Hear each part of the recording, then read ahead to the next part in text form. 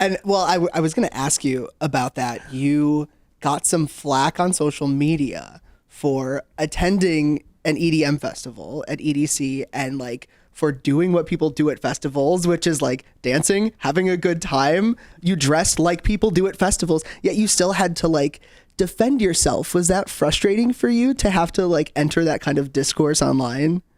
I think just having to, you hit these like places of life where you have contradicting content that you're putting up from who you were before and the people that related to you on certain things. Like I used to be very conservative and very modest and very religious.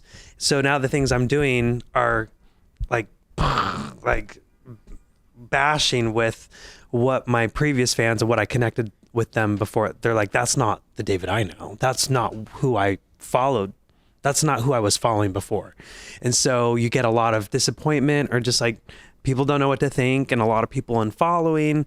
And sometimes I take that personally. I'm like, well, I don't want people to unlike me, but I also have to be realistic and like, that makes sense. You know, I'm not this, I'm not posting of when I would go to the Mormon temples pictures in my church clothes anymore. I'm posting shirtless at a rave, you know? So it's like a bit of a shock for people, but sometimes you get people who are just like, I'm disappointed in you. And I think I'm just like, instead of taking that personally, I think explaining it helps me clear it out in my mind that I don't have to be ashamed of what I'm doing. I don't have to feel bad.